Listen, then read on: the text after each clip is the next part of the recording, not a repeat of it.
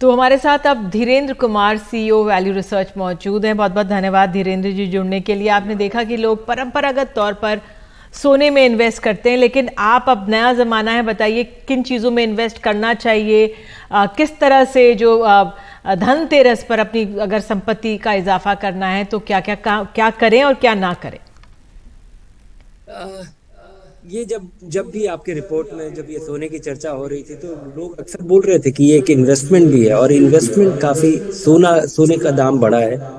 पिछले 5 साल में बढ़ा है, पर अगर पिछले 10 साल और पिछले 50 साल में देखें तो ये महंगाई को बेरली मीट कर पाया है। तो एक लॉन्ग टर्म परस्पेक्टिव और सोने के लिए जो हमारा फैसिनेशन है, उसको बिल्कुल देखना चाहिए। हम ज्वेलरी को कंजम्पशन के तौर पे देखना चाहिए, और धनतेरस के दिन जरूर सोना खरीदिए, लेकिन इसको इन्वेस्टमेंट मत मानिए। अब ये जो भारत में जो दौर शुरू हुआ है, जिस तरह से लोग अपना एसआईपी करना शुरू किए हैं, रियल इकोनॉमी में पार्टिसिपेट कर पा रहे हैं, और जिस तरह से जिस जिस तरह से ये तादाद बढ़ रही है, मुझे लगता है कि बहुत सारे लोगों ने अपने यहाँ अच्छे दिवाली का इंतजाम कर लिया है। क्योंकि इसमें आप पैसा लगाते जा रहे हैं लंबे समय तक। भारत में कभी ऐसा नहीं होता था। भारत में बाजार में पैसा लगाना बिल्कुल ही एक सीजनल एक्टिविटी हुआ करता था। कभी लोग आईपीओ में लगाते थे, बाजार चढ़ जाता था तो लगाते थे, बाजार गिर जाता था तो लोग निराश होकर अपना पैसा निकाल लेते थे। ये जो लगातार निवेश का दौर है, जिसकी वजह से लोगों को खासा फायदा हो रहा है, और लिक्विडिटी काफी ज्यादा है, काफी आसानी से लोग निवेश कर पा रहे हैं। तो मुझे लगता है कि आज के दिन लोगों को बारीकी से देखना चाहिए कि क्या चीज पारंपरिक है, जिसको कि आप थोड़ा बहुत पैसा जरूर खर्च कीजिए। मैंने मैंने देखा है कि लोग कुछ बर्तन खरीदते हैं, कोई मेटल का चीज खरीदते हैं। आप सोने का कॉइन खरीदिए, लेकिन उसको इन्वेस्टमेंट मत देखिए। आपकी बड़ी पूंजी यहाँ नहीं जानी चाहिए। और दूसरा कि बहुत साल तक आपका दिवाली शुभ हो, उसके लिए जरूरी है कि जिस चीज की जरूरत नहीं हो उन चीजों पे पैसा खर्च ना करें। बिल्कुल, आप कह रहे हैं जिन चीज़ों पे ज़रूरत ना हो खर्च ना करें, तो क्या ये ट्रेंड बदला है? क्या जो यंगस्टर्स हैं हमारे, वो इन्वेस्ट करते हैं धनतेरस पर, लेकिन जो जहाँ पर इन्वेस्ट किया जाता है वो क्या एरियाज बदले हैं? सिर्फ म्यूचुअल फंड्स, इक्विटी, क्या आपने देखा है? क्या आंकलन आपका? जी हाँ, भारत में जिस तरह से ये बदलाव आया है कि बहुत सारे लोग अब एसआईपी करते हैं। 20,000 करोड़ रुपया अब करीब करीब हर महीने निवेश होता है। और ये छोटी तादाद में 500 रुपये, 1,000 रुपये, 2,000 रुपये, 5,000 रुपये के यूनिट्स में होता है। तो और ये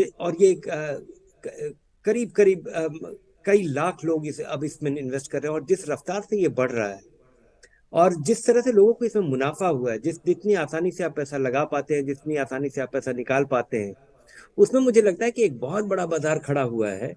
जो कि एक एक एक मुझे लगता है कि एक सीड ऑडियंस है, जो कि लोगों को बताएगा कि इससे उन्हें फायदा कैसा हुआ है, और बहुत सारे लोग इसको कर पाएंगे। और आज के दिन आपके लिए निवेश करना कि आपको किसी की मदद लेने की जरूरत नहीं है।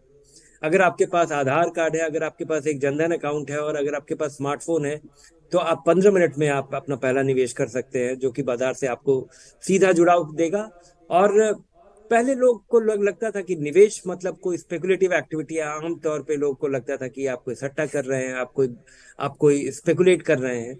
ये ये धारणा बदल रही है। बिल्कुल, तो एक संक्षेप में अगर एक दो वाक्यों में बताएं तो सिर्फ म्यूचुअल फंड, इक्विटी, किस पे करें निवेश आम जनता? नहीं, मुझे लगता है कि फाइनेंशियल प्लानिंग का बेसिक फ्रेमवर्क जो है वो बहुत ही ब्रीफ है। कि लंबे समय का पैसा आप इक्विटी में लगाइए, कम समय का पैसा आप अपना डिपॉजिट रखिए या किसी डेट फंड में लगाइए, जिसमें कि आप बाजार का जोखिम नहीं ले रहे हैं। जी। इक्विटी में लगाने के लिए जरूरी है कि आपके पास कितना भी पैसा हो, आप धीरे धीरे लगाइए। अगर आपके पास 5 लाख रुपया इकट्ठा हो गया है, तो आप 5 लाख रुपया कल मत लगाइए। अगले 10 महीने तक, 12 महीने तक 40,000, 50,000 रुपया महीना उसको जी। नियमित रूप से लगाइए। दूसरा, कम से कम 5-10 साल के नजरिए से लगाइए। अगर जी। और इस सोच से अगर कोई लगाता है, तो उसे मुझे लगता है बाजार में भारी मुनाफा होगा।